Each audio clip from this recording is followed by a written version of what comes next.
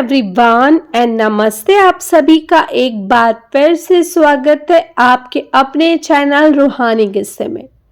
तो कैसे हैं आप सब? आशा करती हूँ आप सभी लोग अपने अपने जीवन में मस्त, खुश, स्वस्थ और व्यस्त होंगे।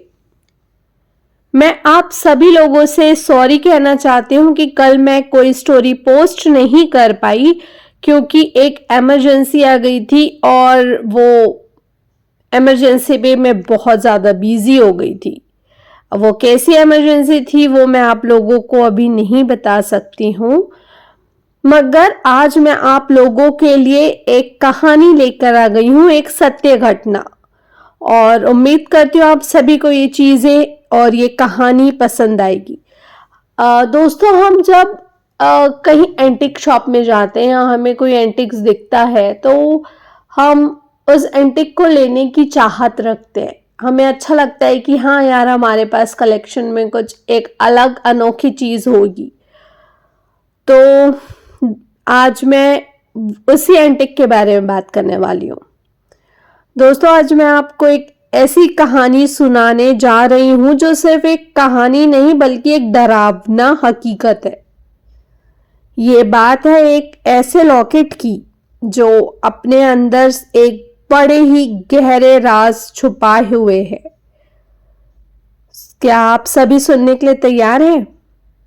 तो चलो शुरू करते हैं आज की कहानी। लेकिन आज की कहानी शुरू करने के पहले मैं आप लोगों से कहना चाहती हूँ कि अगर आप लोगों को भी horror stories, true horror stories, ghost stories और चिलिंग टेल सुनना पसंद है तो आप सभी लोग मेरे चैनल को प्लीज सब्सक्राइब कर दें। बात कुछ साल पुरानी। जयपुर के एक पुराने बाजार में एक दुकान थी। उस दुकान का नाम था एंटिक एम्पोरियम। इस दुकान के मालिक थे रमेश। रमेश भाई का काम था पुरानी चीजें खरीदना और बेचना। एक दिन उनके पास एक अजीब सी चीज आई, एक पुराना सोना चमकता हुआ लॉकेट। लॉकेट की डिजाइन बहुत ही अजीब थी, जैसे किसी पुराने जमाने की हो। उसके बीच में एक छोटी सी तस्वीर थी, पर अजीब बात यह थी कि तस्वीर बिल्कुल धुंधली थी, जैसे धुएं के अंदर छुपी हुई हो। अगली सुबह एक कस्टमर आया। उसका नाम था रोहित। वो एक कॉलेज स्टूडेंट था और एंटिक चीजें कलेक्ट करने का शौक रखता था। रोहित ने वो लॉकेट देखा और बिना सोचे समझे खरीद लिया। लॉकेट पहनते ही उसे एक अजीब सी ठंडक महसूस हुई, जैसे किसी ने उसके कंधे पर हाथ रखा हो। लेकिन वो इस बात को नजरअंदाज करके घर चला गया। उस रात रोहित को नींद नहीं आई। वो बार बार उस लॉकेट को देखता और महसूस करता कि उसमें कुछ अजीब है। सुबह होते ही उसने लॉकेट को ध्यान से देखा। लॉकेट के अंदर की तस्वीर बिल्कुल बदल चुकी थी। अब वहां एक औरत का चेहरा था, भूतिया और आंखों में एक अजीब सी नफरत। रोहित का दिल घबरा गया। उसने सोचा कि शायद ये उसकी आंखों का धोखा है, पर अगले दिन कुछ और ही हुआ। अगली रात रोहित अपने हॉस्टल के कमरे में था। मौसम खराब था, तेज हवाएं चल रही थी और बारिश हो रही थी कि अचानक से उसके कमरे की लाइट चली गई। अंधेरे में सिर्फ बिजली की चमक दिख रही थी। तभी उसने महसूस किया कि कोई उसके पास खड़ा है। रोहित ने कपकपाते हुए पूछा, कौन है? लेकिन कोई जवाब नहीं आया। उसने टॉर्च जलाकर आसपास देखा, पर वहां कोई नहीं था। लेकिन जैसे ही उसका टॉर्च लॉकेट पर पड़ा, एक औरत की चीख सुनाई दी। चीख इतनी तेज थी कि रोहित के कान सुन हो गए। उस रात रोहित ने सपना देखा। एक महल, अंधेरा और एक औरत जो लॉकेट को पहने खड़ी थी। और आप विश्वास नहीं करेंगे, ये लॉकेट वही था जो रोहित एंटिक शॉप से लेके आया था। उस औरत के चेहरे पर दर्द और गुस्से का मेल था। उसने रोहित की तरफ देखा और सिर्फ एक बात बोली, तुम इस राज के अगले शिकार हो। अगले दिन रोहित ने ये बात अपने दोस्त अंकित को बताई। अंकित कहता था कि उसे पुरानी चीजों के बारे में बहुत नॉलेज है।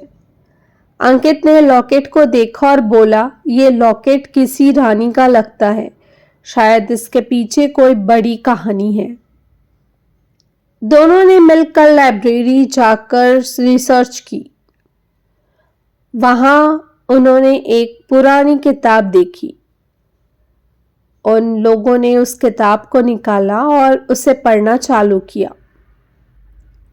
जिस किताब में उस लॉकेट का जिक्र था, जयपुर के एक महल जिसका नाम था निरंजन महल। किताब में लिखा था कि निरंजन महल की रानी वसुंधरा अपने पति के धोखे के कारण अपने लॉकेट के साथ ही कुएं में कूद गई थी। उस लॉकेट को रानी की आत्मा से जुड़ा हुआ माना जाता है। जो भी उस लॉकेट को पहनता है, रानी की आत्मा उसके पीछे लग जाती है। रोहित और अंकित ने सोचे कि लॉकेट को वापस अगर हम उसी महल में ले जाएं और छोड़ दें तो शायद यही अच्छा होगा।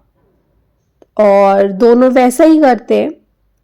अगली रात निरंजन महल के पास जाते हैं और महल में उस लॉकेट को छोड़ने की कोशिश करते हैं।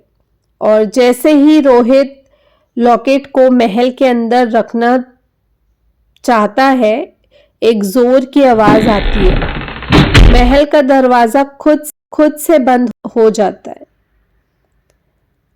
और एक भूतिया औरत उन दोनों के सामने आकर खड़ी हो जाती है। वो औरत रानी वसुंधरा ही थी।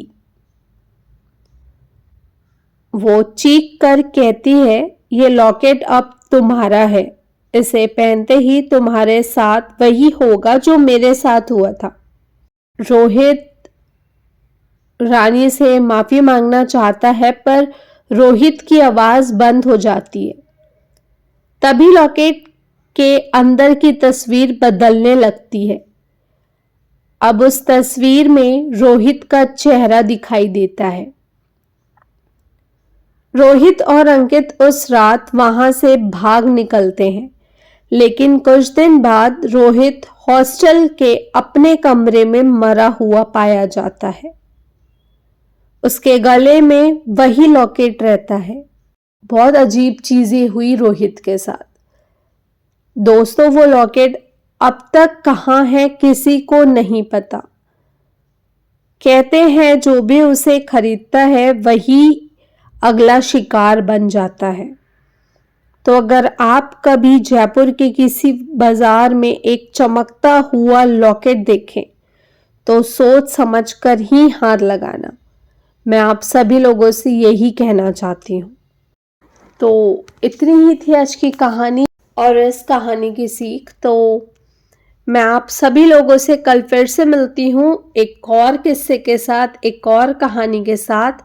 और मैं जब भी पोस्ट नहीं कर पाऊंगी वीडियो तो मैं कम्युनिटी पोस्ट कर दिया करूंगी कि मैं स्टोरी नहीं डाल पाऊंगी। आप सब लोग मुझे वहां पे रीच आउट कर सकते हैं, मैसेज कर सकते हैं।